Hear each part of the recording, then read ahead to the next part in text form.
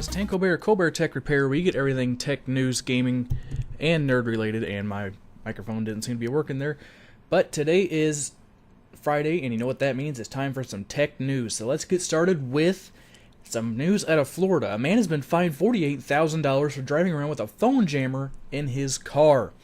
Now, police were alerted when Metro PC reports constant problems with a cell tower.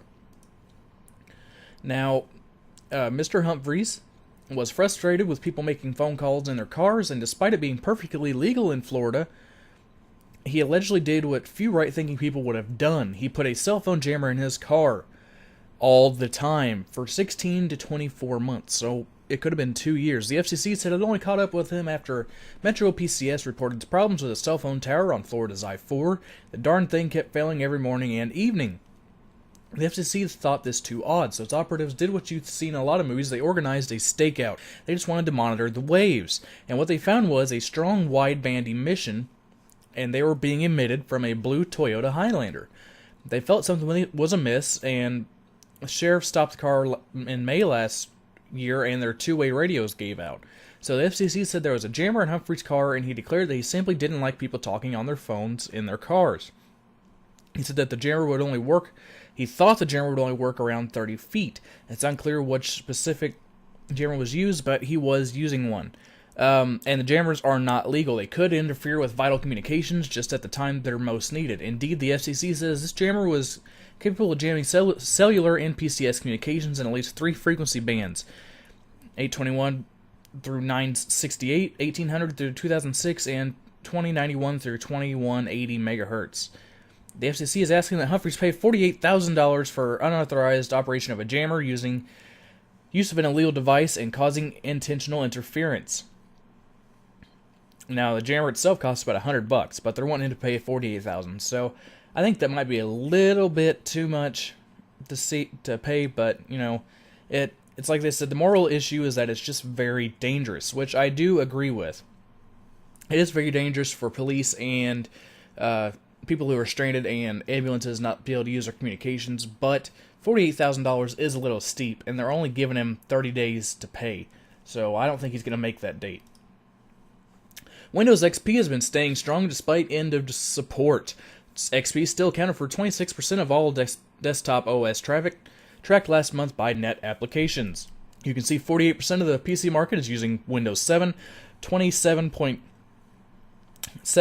is using Windows XP, and 6.41% is using Windows 8. Now, Microsoft cut off Windows XP support on April 8th, but users of the aged OS aren't jumping ship in droves. Now, I have seen this myself. I recently, just last week, did a service on a Windows XP computer that had security vulnerabilities and had a virus, and plus the local ISP messed up when plugging in their router and doing some driver updates and deleted the Ethernet driver. But anyway, to get back on topic, it was an older lady, and she was still using XP, and she really had no upgrade path because her computer was so old and it only had 2 gigs of RAM. And Windows 7 recommends 4 gigs of RAM minimum just for the operating system and everything to run semi-smoothly. I myself run 16 gigs, but you know, most other older people with older computers only run, I've seen 512 RAM in some computers running Windows XP or Vista, and these older people just don't know what the vulnerabilities are to still having Windows XP. They no longer provide bug fixes, security patches, or other updates, so they're more vulnerable to security threats. I wish there was a way to inform more people about this. I'm trying to, in my local community, trying to inform the older folks out there who still have older desktop PCs, to try to inform them that they are at risk for security hacks. But I hope, given time, that people will upgrade to at least Windows 7 and get their vulnerabilities fixed. But a 26% market share is still a lot, considering that there is no security updates coming. Google Glass has been broken down, and it says that the parts cost around $80. Yes, you heard that right. The Google Glass, the individual parts cost $80. So why are they asking $1,500 for the Google Glass? Well, most of that is probably because of R&D, research and development. People don't sell products just on the parts that are placed in them. You also have to consider the research and development costs, patents, all that stuff. But $1,500 might still be a little too much.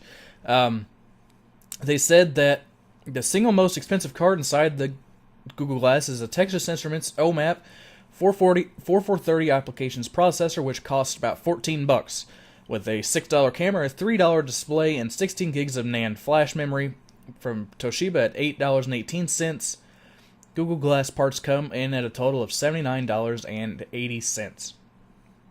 This is just a rough estimate, but a Google spokesperson said the teardown estimate was wrong and declined to comment further. There's also the manufacturing element. Glass is made in California, and its production involves cramming nearly a dozen components into something you wear on your face. So yes, it does make sense, but does Google still need to charge $1,500 for a screen on your eye? I don't think so, but some people might. If you were an early adopter, let me know down in the comment section below. Was your purchase worth it to you? I wouldn't get it personally, but there might be some people who have and really like it. Asus has unveiled the PB287Q 4K 28-inch 1 millisecond response time 60 Hz refresh rate monitor. Yes, you heard that all right. Now, this is 1 millisecond G to G response time and a 60 Hz refresh rate on a 4K monitor that cost around $600. Yeah. And it has ergonomic tilt, swivel, pivot, and height adjustments, plus wall mount capability. So this is a lot better than the Samsung alternative. You can see here there's over 300% more on-screen space than similar full-size HD displays. Gives you more space to spread out your work. You can put 4 1080p displays up here. Has a 60 Hz refresh rate for fluid and responsive visuals. This is courtesy of Asus.com, by the way. You can see here they show that what the frame rates might look like, but you really can't ever trust that. They have HDMI 1.4 MHL, HDMI 1.4, DisplayPort 1.2, an audio in, and an earphone jack. Okay, it can only support 60 Hz over the DisplayPort 1.2, just as I figured. HDMI and a second HDMI port that supports HML or MHL.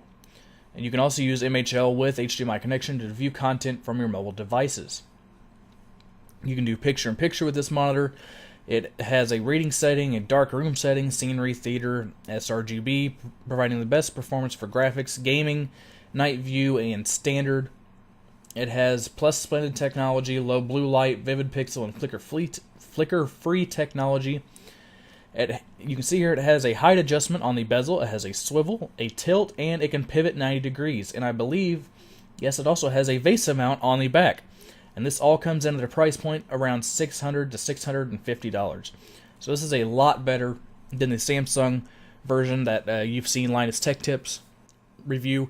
This actually has all of the adjustments and a VESA mount for around the same price or cheaper. So really look into this, the Asus PB287Q. And finally, a 3D printing pen. Yes, you heard that right. There's a product called the Doodler.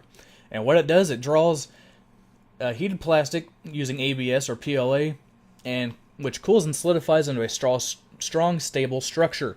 Allows you to build an infinite variety of shapes and items with ease, and most people will instantly be able to trace objects on paper.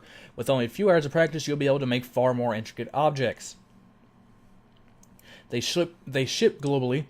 There are over 30,000 people who have reserved 3 Doodlers, and you can pre-order one with 50 strands of ABS or PLA for $100.